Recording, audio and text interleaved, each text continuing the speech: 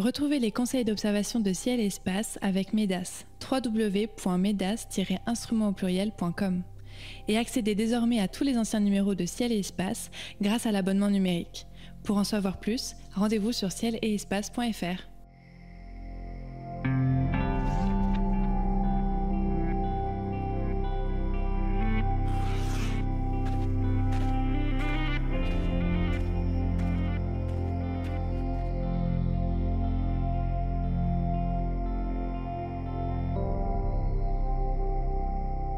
Bonjour et merci d'être à l'écoute des éphémérides radio de Ciel et Espace. Comme chaque mois, conseils d'observation, coup de cœur, conseils photos et récits astro seront au programme de cette émission. Elle démarre avec la liste des phénomènes célestes observables en ce mois de juin 2024. La Lune trahit Neptune le 1er juin, puis Mars est visité par elle le 3. La Lune encore passe près de Spica le 16 et elle s'aligne avec Jupiter, Mars et Saturne le 30. Cyril Birnbaum et Sébastien Fontaine m'accompagneront comme chaque mois pour commenter les spectacles de ces courtes nuits. Cyril nous dévoilera sa chronique photo en deuxième partie d'émission et Sébastien nous contera une histoire d'astronomie dans quelques secondes. Messieurs, bonjour. Bonjour. Bonjour. Sébastien, chaque mois, c'est vous qui démarrez cette émission en nous racontant une petite ou une grande histoire autour de l'astronomie. Ce mois-ci, qui est votre héros ou votre héroïne ? Alors, on va terminer un petit triptyque là qu'on avait commencé avec Gagarine et puis Shepard. Et là, on s'intéresse à Valentina Tereshkova, qui est née en 1937 et qui est toujours vaillante, en tout cas à l'heure où on enregistre cette émission. Et donc, on évoque le vol de cette jeune femme du 16 juin 1963 au départ de Baïkonour et à bord de Vostok 6. Donc, son vol de 63, c'est déjà la 11e personne à partir dans l'espace et la première femme, donc la 11e. Aujourd'hui, on a à peu près 10% d'astronautes femmes, et donc déjà à l'époque, on était à peu près dans la bonne statistique. Donc son vol rapidement va être utilisé comme porte-drapeau du régime soviétique et le symbole bien sûr de la libération de la femme portée par le régime. Son père est agriculteur et même conducteur de tracteurs, ce qui est déjà un niveau assez élevé dans la hiérarchie de l'époque. Et lors de la Seconde Guerre mondiale, de conducteur de tracteur, il passe à conducteur de char. Mais malheureusement, il va décéder pendant le conflit. À 22 ans, donc en 1959, Valentina Tereshkova va intégrer l'aéroclub de sa ville pour faire du parachutisme. Elle était fan de parachutisme. Beaucoup de femmes étaient parachutistes déjà à l'époque. Et rapidement, elle devient instructrice. C'est une femme communiste engagée, fan de Gagarine, du beau Gagarine, devrais-je dire. Et comme beaucoup d'autres personnes de son temps, hommes et femmes, elle envoie une candidature spontanée auprès des instances soviétiques pour, pourquoi pas, devenir elle aussi cosmonaute. Alors c'est vrai que les Russes envisagent très sérieusement d'envoyer là où les premières femmes dans l'espace avant les Américains.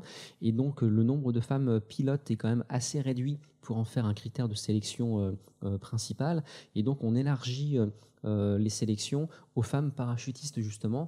Et là, bien sûr, Valentina Tereshkova se démarque pas mal d'autres concurrentes. Alors au début, elle n'est pas présélectionnée, mais c'est vraiment son engagement politique et idéologique qui vont l'aider à être sélectionnée avec 4 compatriotes.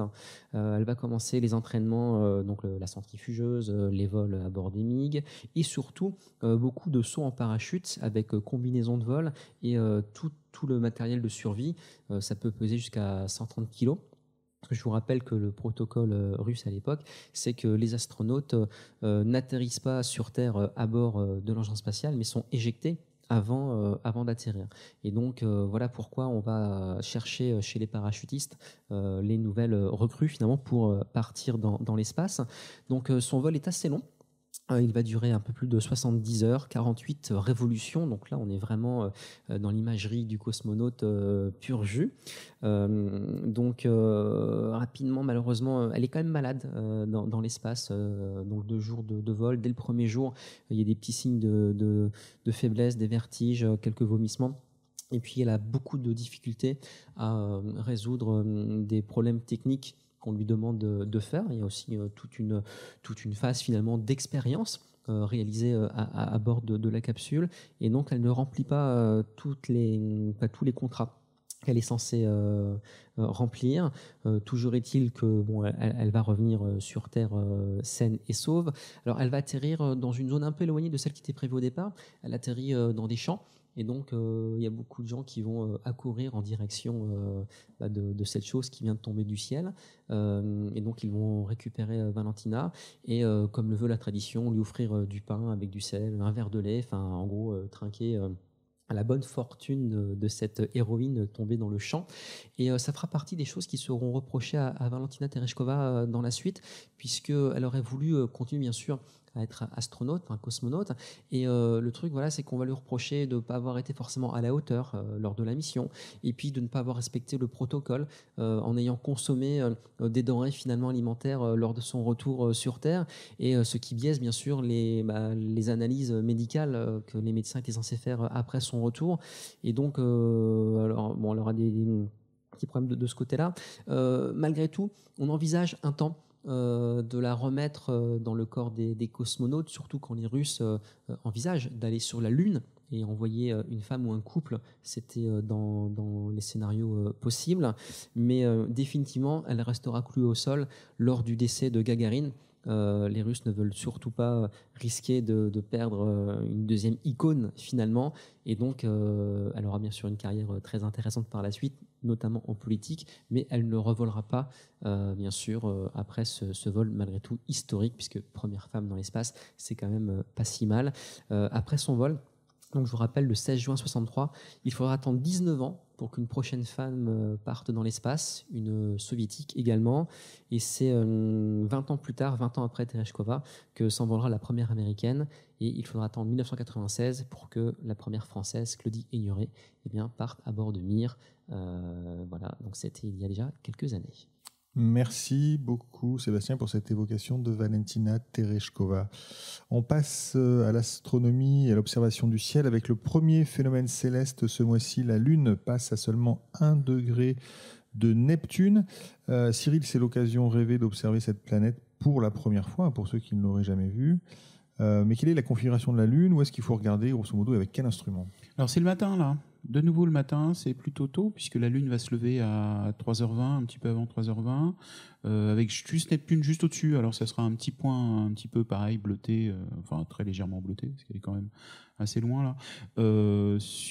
Quand on met la Lune au centre d'un cadran d'une vieille montre, là, ça sera vers 11h, donc à 1 degré, 2 diamètres de Lune à 11h.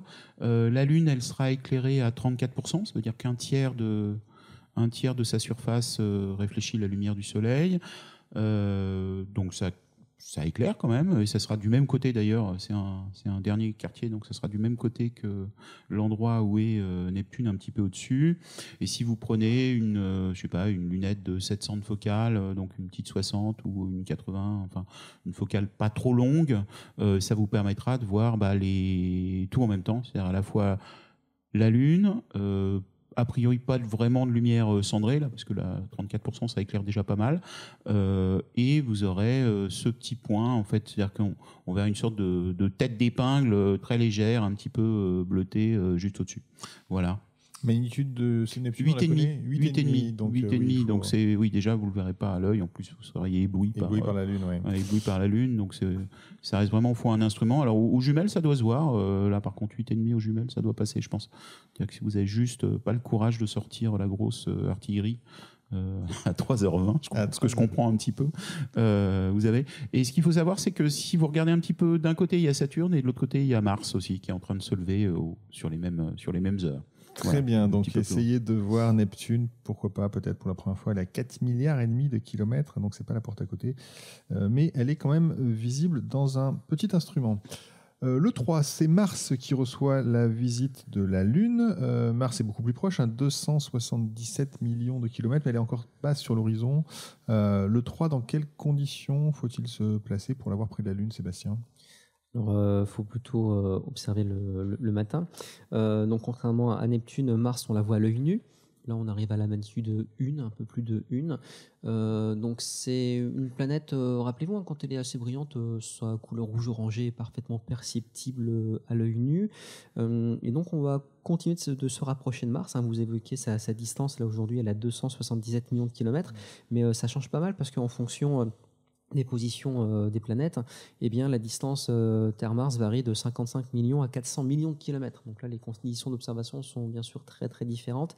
Et on sera, la prochaine fois qu'on sera plus près de Mars, à la prochaine opposition. Donc on se rappelle, une opposition planétaire, c'est quand la planète en question se trouve à l'opposé du Soleil par rapport à nous qui sommes sur Terre. Et donc prochaine opposition martienne vue depuis la Terre, ce sera le 16 janvier 2025, où là, la planète Mars se trouvera à seulement 96 millions de kilomètres. Il y a des oppositions beaucoup plus intéressantes. On rappelle que la forte excentricité de l'orbite de Mars fait que quand l'opposition qui a lieu à peu près tous les 2 ans, eh bien, la distance peut être bien plus courte que celle à venir, puisque au mieux, comme en 2003, on s'en rappelle, Mars n'était qu'à 55 millions de kilomètres de la Terre. Et donc là, avec un instrument ou un grossissement équivalent, eh bien, on avait une image beaucoup plus intéressante à voir il y a quelques années que celle qu'on aura dans quelques mois. Cette visite de Mars à la Lune, est-ce que c'est un sujet d'intérêt photographique, Cyril ? Oui, c'est assez marrant en fait. Alors, bon, faut être courageux parce qu'il faut se lever, mais ça demande peu de matériel au final. C'est-à-dire qu'on a donc la Lune qui va être en lumière cendrée, elle sera à 14%, elle va se lever vers 4 heures du matin. On a Mars qui est juste à 4 degrés, donc ça veut dire que le tout rentre dans un petit téléobjectif, là, un 200, ça passe tout juste. Ça veut dire qu'un trépied et un appareil photo et un petit téléobjectif, sachant que le tout est si on prend 4h30, donc il faut avoir quand même du courage, c'est 3 degrés au-dessus de l'horizon, c'est-à-dire que vous pouvez avoir une image où vous avez l'horizon, plus vous attendez, plus ça monte, plus les lueurs du lever du jour, là on est en juin, donc ça se lève assez tôt, vont monter. Donc il y a un moment, ça peut être assez joli d'avoir une lumière cendrée, le petit point rouge, parce que ça restera une tête d'épingle rouge juste à côté, et puis avec un peu de chance, un début de paysage avec des lueurs du jour. Donc c'est une photo à faire qui est assez facile. Ce qui est difficile, c'est de se lever. Le facteur humain. Voilà. Faut être motivé, voilà. Faut être sûr qu'il va faire beau. Vous avez du mal avec le matin en ce moment, Cyril. Là, c'est dur. Là, c'est dur. C'est très, très dur. C'est très, très dur. On passe au 16. Le 16, la Lune passe tout près de Spica. Ça nous rappelle quelque chose, ça, non, Cyril? La Lune, Spica C'était le mois dernier, non? On nous avait expliqué que Spica était une étoile double. Oui, alors je crois c'est vrai que c'est quelque chose de fréquent. La Lune fait le tour de la Terre en un mois, donc à peu près tous les mois, elle va traverser le zodiaque et visiter les parages de Spica, finalement. Donc je vais peut-être couper là. Non, mais vas-y, continue. J'aime bien que tu prennes mes rubriques. Oui, c'est vrai que c'était la tienne. Oui, c'est ça. Non, je vous laisse la parole, cher Cyril. Alors, quelle est la question déjà? Non, la question c'est que finalement, c'est tous les mois. C'est tous les mois. C'est tous les mois. Enfin, il faut qu'il fasse nuit, mais c'est en gros tous les mois. Oui, voilà, c'est ça. Et c'est pareil, on a la même chose sur les Pléiades. Je sais pas si tu vas remarquer. Oui, c'est régulier. Et je préfère d'ailleurs les Pléiades. C'est plus sympa les Pléiades. Il y a beaucoup plus d'étoiles à regarder. Parce que Spica, elle est double, mais on n'en voit qu'une à l'œil nu, alors que les Pléiades, on en voit entre 0 et 12. Ça dépend de la qualité. Parce que ce qui est intéressant dans Spica, en fait, c'est plutôt les galaxies qui sont au-dessus, en vrai. Oui, c'est 86, 87, enfin le petit alignement dessus. Et là, c'est certainement pas le moment de les regarder quand non, il y aura la Lune, ça n'a aucun intérêt. Surtout que la Lune est éclairée à 74%, ça veut dire que c'est quasiment une pleine Lune, là, donc là, ça éclaire bien. Donc Spica, c'est magnitude 1, le Soleil se couche, donc on est près du 21 juin, donc le solstice, donc les jours le plus longs, donc le Soleil se couche vers un peu avant 22h, donc la Lune, Spica seront 30 degrés au-dessus de l'horizon sud-sud-ouest, là. Voilà, donc bon, c'est à regarder comme ça, tranquillement, avant d'aller se coucher. Très tard. Le 30, Jupiter, Mars et Saturne sont visibles ensemble à l'aube. Donc très tôt, vous allez me dire encore une fois, et la Lune est de la partie aussi. Sébastien, on contemple ça comment à l'œil nu si on est donc à lève tôt? Oui, on regarde ça à l'œil nu, par exemple, c'est très, on ouvre très ses bien. volets, par contre. Oui, voilà, il faut être réveillé. Donc c'est le matin, encore une fois. Donc vers 4h30, 5h du matin. C'est pas trop mal puisque vous avez quand même la clarté du jour qui arrive, mais Saturne est bien visible, déjà très très haute. Saturne se lève vers 1h du matin, donc vous avez le temps de la voir, d'en profiter. La Lune se lève à 2h. Mars, 3 heures du matin. Et puis, si on descend un peu vers l'horizon, eh bien, on va rencontrer les Pléiades, on les évoquait précédemment, pour enfin tomber sur Jupiter, qui, elle, se lève à 4 heures du matin. Sous Jupiter, c'est intéressant, très basse sur l'horizon, d'essayer de repérer Aldébaran, une étoile rouge orangée. Et basse sur l'horizon, avec la scintillation qu'on a souvent à l'horizon, eh bien, vous allez la voir fortement clignoter. En général le matin comme ça en été. Et donc ce qui est intéressant, c'est que voilà, on a parlé de Saturne, on parle de la Lune, on parle de Mars, des Pléiades, de Jupiter, d'Aldébaran. Et donc là, il y a une belle opportunité de tracer l'écliptique ou de s'en approcher. Donc cette trajectoire apparente qu'emprunte le Soleil, hein, si on observait le Soleil dans sa course annuelle et apparente dans le ciel, eh bien le Soleil trace l'écliptique, et donc toutes les planètes en sont assez proches, hein, puisqu'elles sont toutes à peu près dans le même plan, le plan de l'écliptique. Et rappelez-vous, 8 degrés au-dessus et 8 degrés en dessous de l'écliptique, eh bien c'est la bande zodiacale avec les fameuses 13 constellations. Et là, j'ai évoqué le Taureau indirectement en parlant de l'étoile Aldébaran et les Pléiades aussi. Donc, le 30 juin, dernier événement de ces éphémérides, Jupiter, Mars et Saturne sont visibles ensemble à l'aube. Saturne, est-ce qu'on pointe la planète ? Cyril, vous en parliez dans un épisode précédent, les anneaux sont en train de s'incliner. Oui, les anneaux, vous savez, ils peuvent être inclinés jusqu'à 27 degrés, en gros, au-dessus ou en dessous, quoi. Parce que, par rapport au plan de l'écliptique, pardon. Et donc, Saturne, elle tourne autour de la Terre en 30 ans. Donc ça veut dire que tous les 15 ans, en gros, elle est soit en haut, soit en bas. Soit les anneaux vers le bas, soit les anneaux vers le haut, grosso modo. Voilà, soit les anneaux vers le bas, soit le bas, tous les un peu plus de 7 ans, donc 30 ans divisé par 4, ça fait 7, évidemment, 4 fois 7, 30, c'est connu. Donc effectivement, donc un peu plus de 7 ans, on retrouve exactement donc, ces anneaux vus, arrêtez de rigoler, on retrouve ces anneaux vus par la tranche. Et c'est ce qui se passe l'année prochaine, d'ailleurs. C'est qu'en mars de l'année prochaine, on aura les anneaux juste à un fin trait, et on verra deux sortes de demi-sphères coupées par un petit trait noir sur Saturne. C'est assez joli. C'est même très sympa à voir quand on l'a jamais vu. C'est même plutôt rigolo. Et surtout, ça explique, je ne sais pas si vous vous souvenez des dessins des premiers observateurs de Saturne, où on a l'habitude de voir, ils essayaient de se référer à des objets connus, et donc les objets connus, ça pouvait être une tasse. Donc on a une Saturne qui ressemble plutôt à une tasse avec deux anses. On peut avoir une sorte de capsule. Enfin, c'est des trucs un peu bizarres, et c'est vrai qu'on revoit les différents dessins, on visualise bien les dessins avec des objets de la vie courante, de la vie du quotidien. Et le maximum, donc c'est donc l'année prochaine, et le coup d'après, quand elle aura remonté de 27 degrés, ça sera donc 4 fois 7, vous vous souvenez, donc en 2032. Très bien. Écoutez, oui, effectivement, c'est Huygens, je crois. Il faut, d'ailleurs, si ça vous intéresse, dans un numéro de Ciel et Espace récent, je crois le numéro 594 d'avril-mai, il y a un article consacré à Huygens, et c'est l'astronome qui a, lui, compris qu'on avait des anneaux autour de Saturne après plusieurs décennies d'hésitation après les premiers dessins de Galilée. C'est désormais l'heure de la chronique photo. Cyril, vous nous invitez chaque mois à réaliser une photo du ciel, où vous nous livrez quelques astuces issues de votre expérience. En ce mois-ci, vous allez nous parler de M65 et M66, c'est ça ? Oui, c'est ça, je me disais, c'était là c'est quasi déjà mort, on est au mois de juin, mais c'était l'occasion de faire une petite photo pour les débutants. Là, il refait chaud, normalement il refait beau, il y a eu quelques week-ends, donc c'est le moment d'essayer là. Donc vraiment photo débutant, donc il faudra attendre que tout se couche un peu, qu'il fasse un peu nuit, pas complètement noir, mais un peu nuit. Donc ça sera vers 23h, on aura à retrouver le lion. Donc le lion, c'est soit le vieux fer à repasser, soit la souris. Donc c'est cette forme-là. Hein. Donc il faudra prendre des nébolas, donc l'étoile sur la gauche. Et puis ça forme un petit triangle avec un angle droit là sur la tête de cette souris. Et sous cet angle droit, donc cette étoile, elle s'appelle Chertan. Donc sous cette étoile, vous descendez d'un champ de chercheurs en fait. Hein. Vous tombez sur une petite étoile, et juste sur la gauche de cette petites étoiles. Vous avez donc trois galaxies au final. Vous avez M65, M66 et puis NGC 3628.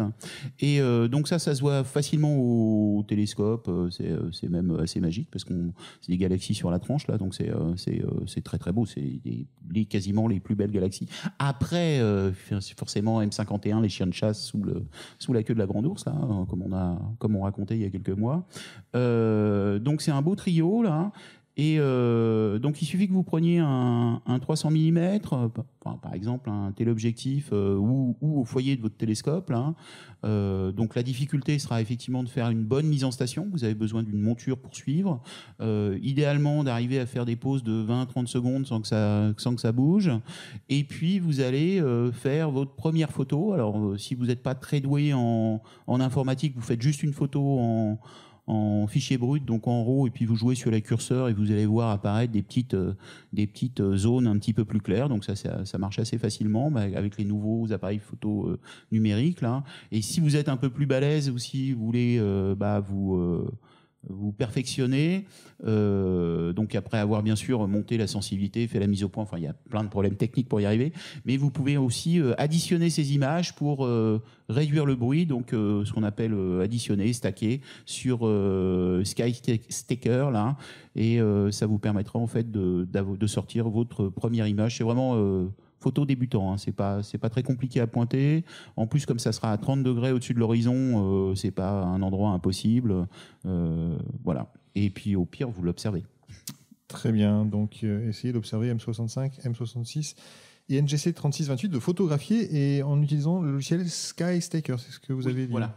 Pour pouvoir empiler les images et ainsi mieux faire émerger le signal du bruit. Évidemment, il y a toujours un peu de bruit quand on observe le ciel profond.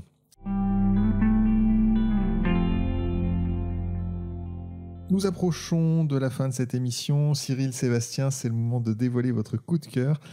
Un astre, un livre, une exposition, une mission spatiale, un festival, un astronome. Sébastien, c'est à vous de parler. Alors le coup de cœur, c'est pour une artiste, Félicie Détienne-Dorve, parisienne. Et donc Félicie Détienne-Dorve, elle est connue pour faire pas mal d'œuvres, elle est plasticienne et elle réalise pas mal de créations avec des astronomes. Je pense à l'astrophysicien Fabio Acero du CEA.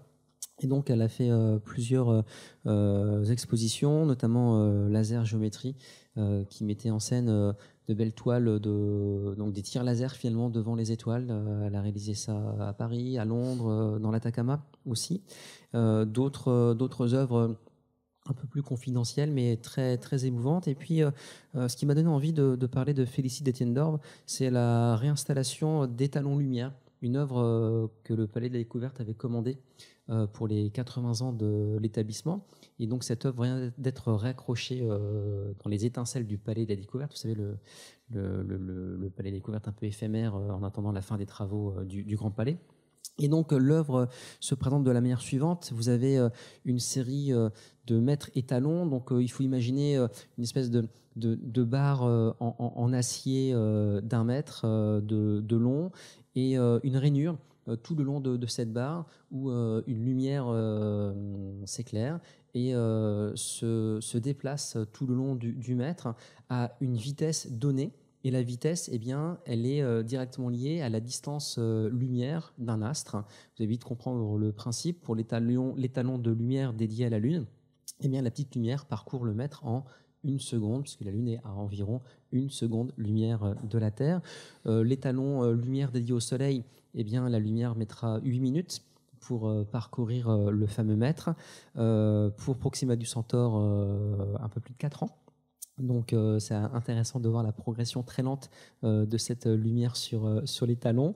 Et puis sur les talons dédiés à la planète Mars, là ça devient vraiment intéressant parce que en fonction de la distance de Mars qui varie constamment, on l'évoquait là il y a pas très longtemps, eh bien la lumière qui vient de la planète Mars met entre 3 minutes et 18 minutes finalement à nous parvenir. Et donc c'est également les talons lumière en rend compte. C'est-à-dire que c'est vraiment à l'instant T, ça reflète réellement le temps-lumière qui nous sépare de Mars, mais aussi de la Lune, du Soleil ou de Proxima du Centaure. Et donc c'est à la fois une œuvre très graphique, très belle, et qui permet aussi de devenir un support de médiation, et c'est ce que l'on fait bien sûr aux Étincelles du Palais des Découvertes. Très bien, merci. Donc on ira voir ça aux Étincelles, près de la Seine en fait, hein, c'est ça? Oui, voilà, métro dans le 15e arrondissement de Paris, métro Lourmel, pas très loin du parc André Citroën. Quel est votre coup de cœur, Cyril?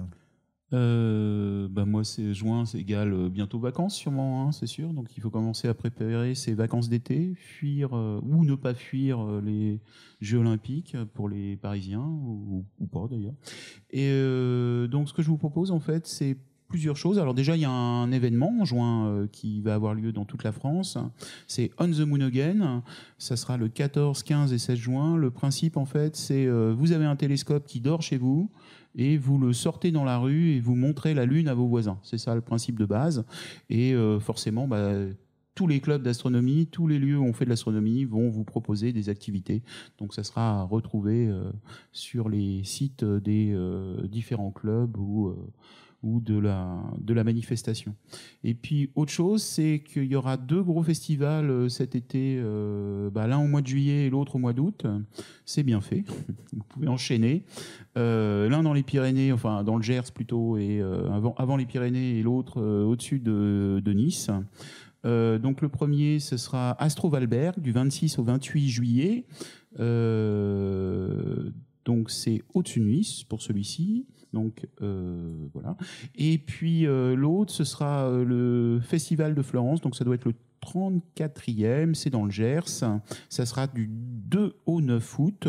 Et le principe pour les deux sont les mêmes en fait. C'est-à-dire que vous pouvez venir en famille, il y a des activités pour toute la famille.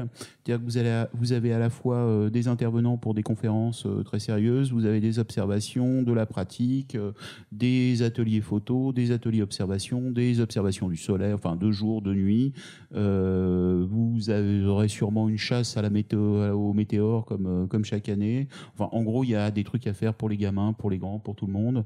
Et puis, vous êtes à la montagne, donc vous avez les marmottes, vous avez des gypaètes barbus, enfin, vous avez des trucs à faire un peu partout. Alors, dans le Gers, on n'est pas trop non plus à la montagne. Hein. Je crois que j'ai un peu dérivé. J'ai un peu dérivé. À Valberg, on a clairement... Mais c'est-à-dire que si vous continuez, si vous ratez le Gers, vous arrivez à la montagne. Voilà, vous pouvez beaucoup manger des deux côtés. Donc, Valberg, c'est clairement à la montagne, c'est une station de ski.